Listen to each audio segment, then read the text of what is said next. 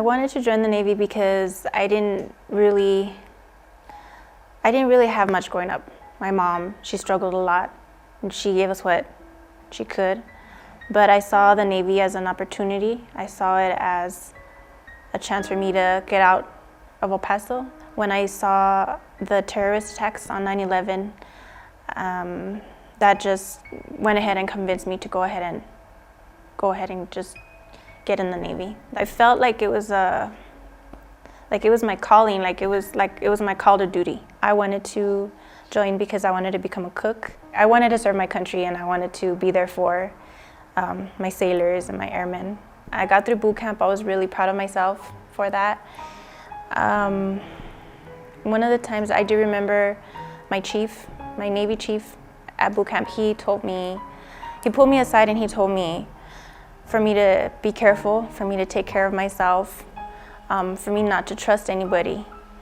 And it didn't process at the time why he was telling me that, why he was giving me that warning. After that, I just started working at the Galley, which is the base restaurant. I would get up at 4:30 in the morning. I remember I was very sharp. I always had my uniform on point. I had everything clean. I mean, I took care of myself because I wanted to look professional. I wanted to be professional for the Navy. I was more close with the female sailors, and I could relate to them. There was 3, and the 3 of us, myself included, and the rest were men. I was harassed, all the time. But I just brushed it off. I never thought anything of it. For a while, my coworkers, they would invite me out, and I would always say no. I never wanted to. I just would keep to myself, but I was very homesick. And so finally, one of the times I said yes, and we were all going out in a group, and the reason I said yes was because my friend was going to be there, so I felt safe with her there. We were at a restaurant, and they brought me some drinks because I wasn't old enough to drink. I was 19. He was set on sneaking me in the casino. I don't know how he did it, but he got me in. I guess he had targeted me right away. He was my superior. He was petty officer first class. When we were in the casino, he kept giving me more drinks. And then after that, we left, and we went to a club that they wanted to go to, but it was at a bad side of town. But I was already really drunk. And I remember being in that bar, and I couldn't even hold myself up. And he kept shoving the drinks in my face. I remember seeing him, and he was getting mad because I didn't want to drink anymore. And the other people were getting frustrated because I was so drunk. So they took me, he took me out, and this girl, she helped me. She helped him take me to the car. And she put me in his car. And she said, don't worry, he's gonna take you home. But he didn't take me home. And I was so drunk. And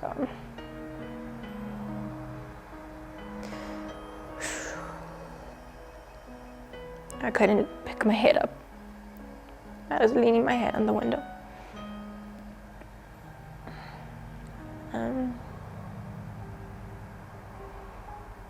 I thought he was gonna take me home. Until he was a superior, You're supposed to take care of each other. You're supposed to take care of your workers. And I remember he locked the doors, so I couldn't get out. And he started filling me up, and he put me in the back with him, and he raped me. And when he was done, he got out, and he was like nothing. Like I was nothing. I was a piece of I was a piece of trash. I was nothing. He told me to put my clothes back on. And then he just drove off. And I was in the back, you know. I was in the back trying to put my clothes back on. He dropped me off in my barracks room. After that, I felt really degraded. I felt really bad about myself. When I went back to work, he was always constantly bothering me. He kept wanting to have a sexual relationship with me. He said, well, you've already gave it up once. Why don't you just do it again, you know? You wanted it. You're the one that wanted it. He said, you know, I needed to have sex with him. You know, I was just, he would corner me at work. My work went from, I was so happy to go to work every day, to where I didn't want to go to work anymore. I was humiliated because they were already talking about me. They were saying that I was a whore and I was a slut for sleeping with him, for doing what I did. Because he was married. I didn't want to live with that anymore. So that's when I tried to commit suicide. I took some pills and I didn't take them all, but I did have a lot. I just wanted to go to sleep and not wake up anymore. I went ahead and I called the suicide hotline. And the lady on the phone, she convinced me not to commit suicide. And after I called the line, that's when they sent the military police and advocates to my room. They put me in the Tulane Medical Center, mental hospital. And I remember talking to the psychiatrist, and he was a very cold person, no emotion, he showed no concern. He's just writing everything down.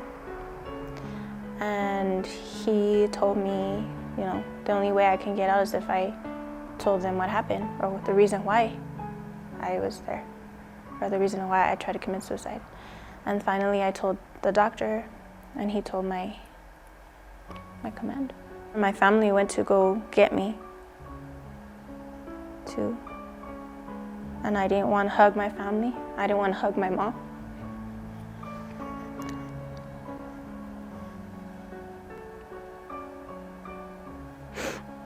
I was embarrassed.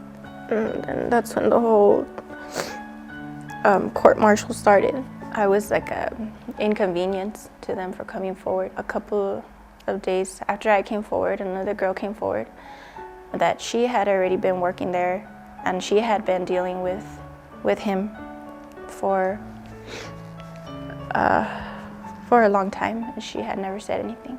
The lawyer they assigned me, he was like a rookie lawyer, and he was so convinced that we had a one case. He was so convinced. But I had asked him, what is he getting charged with? Is he getting charged with rape? And my own lawyer said, no, he's not getting charged with rape. He didn't rape you. What are you talking about? He didn't rape you. This is a sexual harassment charge. Pretty much, we were the ones that were put on trial. We were the ones that they brought up our past. They dragged our names through the mud. And all the time they said that he was a good worker, that he had people vouch for him. He was a top-notch petty officer. You know, he didn't deserve that. And I thought that he was gonna get charged with sexual harassment, but no, he was found not guilty on both counts. I was devastated, and I broke down. I just wanted to finish my contract.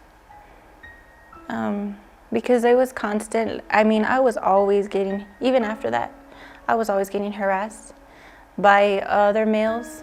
You know, they would ask me for sex. They were always, you know, somebody was always trying to get in my pants. And what I got from the females was, oh, You know, you're weak. Why didn't you just keep your mouth shut? You know, they hated me because I came forward, because I was an embarrassment to the female sailors, because you don't do that. You don't do that when you don't come forward. I felt a lot of shame, a lot of embarrassment. I felt like I was embarrassment to the Navy. My family was embarrassed by me.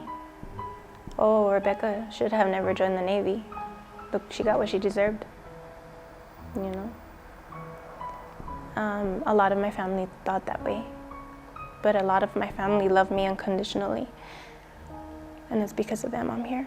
I still wanted to serve my country, even after that happened, but it wasn't the same. It wasn't the same how I felt when I first got there. My job performance was so bad sometimes. I'm like, oh well, who cares? I did get some counseling, a little bit of counseling from an Army officer. I remember he was very nice. And I tried group therapy too.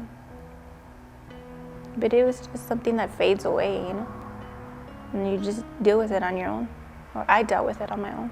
My son was my motivation. And, you know, my kids were what kept me going. I can't have a relationship. It doesn't mean anything to me.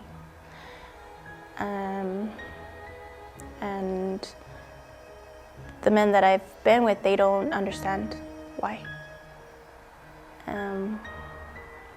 Why I treat them the way I do. Because if I'm with somebody, I'll treat them bad because I'm so angry about what happened to me. And that's not fair to them. So I'd rather I don't want to get into a relationship. I don't want to. I don't trust men. I know my kids see it. My kids have been affected by this too. My kids have seen me cry. My kids have seen me depressed. My kids have seen my angry outbursts. My kids have seen all of that. And they don't deserve that because they're innocent. I had a meeting with the, she's an advocate for military sexual trauma. And I remember sitting with her and she told me, she's like, you're not the only one, you're one of thousands of women that has gone through this. When I felt that I was alone, I felt like I was the only one. I had no idea that it was an epidemic, that it was something that happens all the time, until she told me. She told me, no, this happens all the time. We have group therapy, we have support systems to help you. And I chose prolonged exposure therapy. And that therapist told me too, she said I was just one of the thousands of women going through that. Rape is a possibility when you join the military.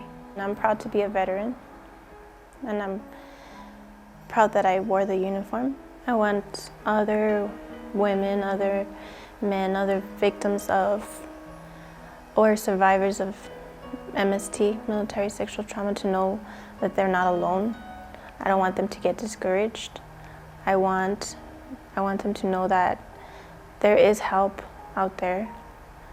I mean, that just because the military turned their back on us, you know, there's people that'll help you. There's help out there. Don't give up without a fight. Don't stop fighting. Don't let them win.